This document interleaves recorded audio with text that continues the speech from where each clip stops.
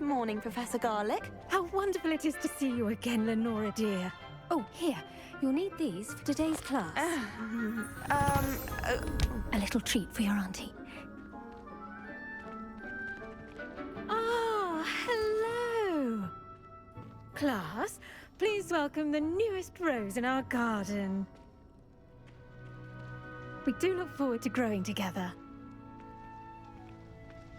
How thrilling it is to have everyone back together again. This year will be filled with enchantment and excitement, but the most important thing cultivated in herbology is knowledge. The prudent herbologist is no more afraid of the venomous tentacula than the bouncing bulb. Now then, today we will be acquainting ourselves with the mellifluous tuber known as the mandrake root. Accio. Let's see if we can't make our fibrous friends a bit more comfortable, shall we? First, let's protect our ears.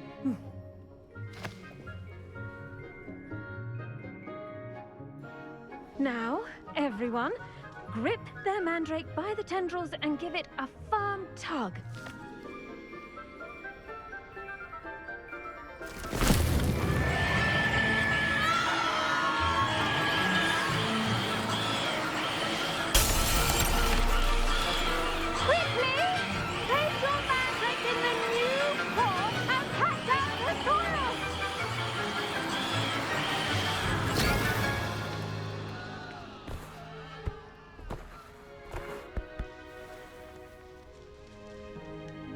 The soil should envelop the root like a warm, dirty blanket, putting the mandrake right at ease. Reparo! I'm very sorry about that. Yours was a bit mature, I'm afraid. All right then, off you go. Splendid work, everyone! Now, for our next task, we'll be planting dittany at our potting tables. You can all get started. I need to have a brief word with our... The best time to plant a seed is last season. The second best time is now. I should think Professor Garlick would be more careful with her mandrakes. I wonder if hippogriffs like knotgrass.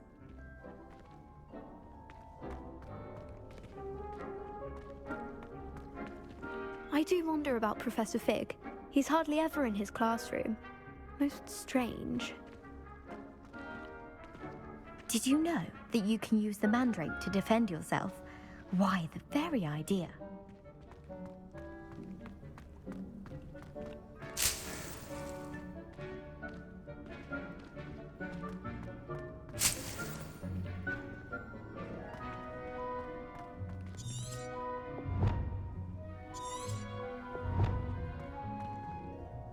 Yes, Professor?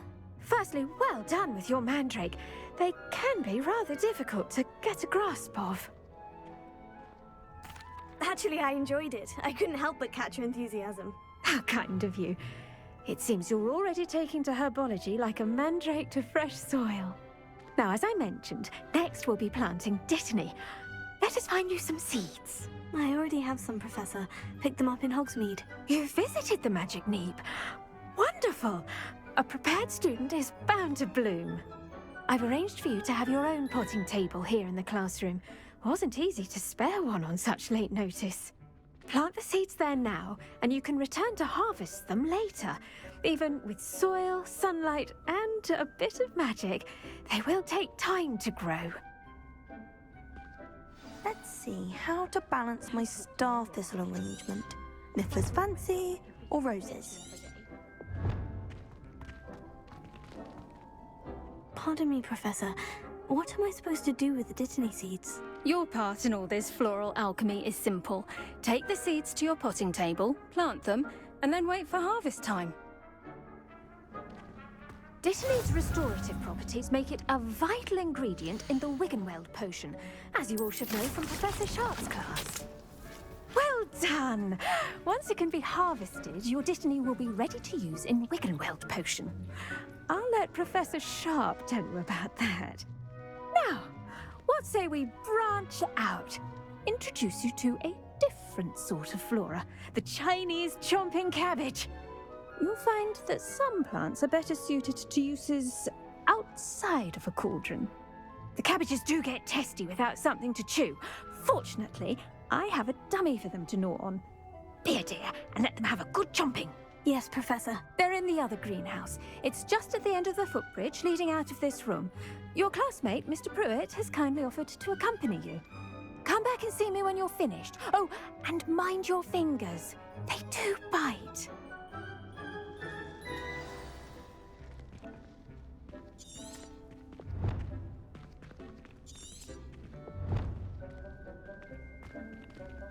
Keep at it. Hello. Saw you on your way to Hogsmeade the other day. Nice to meet you. I'm Leander. I'll be showing you the Chinese chomping cabbages. Up these stairs will take us there, but your lead.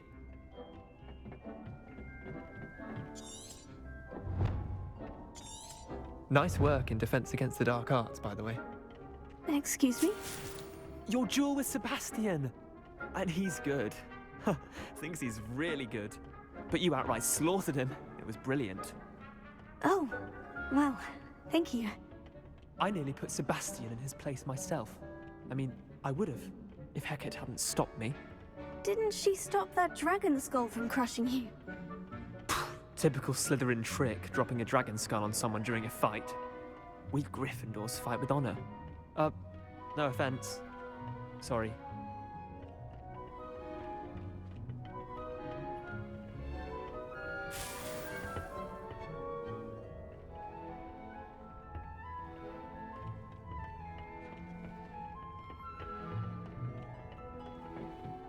Here we are, home of the Chinese chomping cabbage.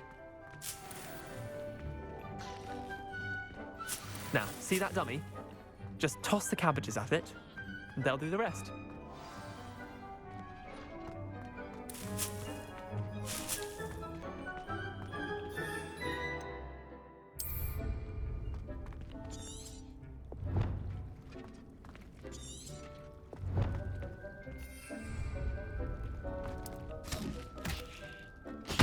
Look at that! They'll chomp on anything they can get their mouths on. Mum planted some in her garden last year to keep the gnomes out. Did save her the de-gnoming, but they left her honking daffodils in tatters. Vicious little bastards, aren't they? My kind of plants. Not like stupid booba tubers and bouncing bulbs. The kind of plants that just have your back in a fight. Not saying you can't go it alone, but, well, imagine that wasn't a dummy. I suppose they could prove useful outside of the greenhouse. Nothing wrong with a bit of backup, even if it is from a cabbage. It's chaos out there. Trolls in Hogsmeade and such. You can't be above throwing a cruciferous vegetable if necessary. Dogweed and deathcap has more of them, if you're keen. Other plants too. Ones your parents wouldn't plant in the garden. You get the idea. Anyway, we probably ought to head back to class. Take your time. I'll see you back in class.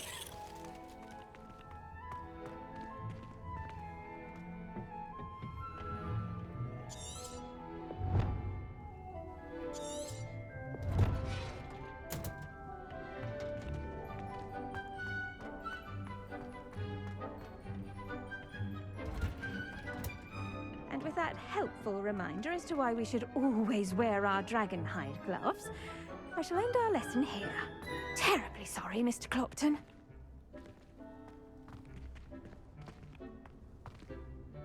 I tended to the Chinese chomping cabbages, Professor. Remarkable plants, aren't they? I hope they weren't too much trouble. Oh, don't see any bite marks or missing digits. And good, as you do seem to be quite green-fingered. Oh, I'm eager to see your skill in the soil continue to blossom. Magical plants have so much to offer. I'm eager to learn more. I'm glad. Herbology is a bounteous subject. Tend to your garden, and it will tend to you. Huh. Well, I suppose that's everything. Do come by for a chat sometime. I so enjoy checking in with my new students.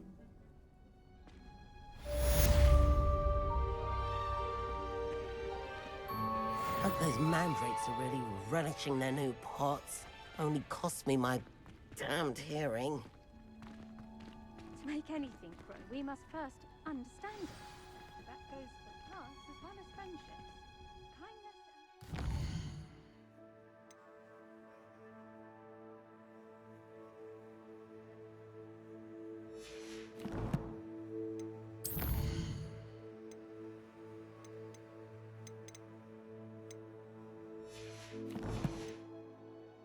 necessary in the greenhouse as in the Great Hall.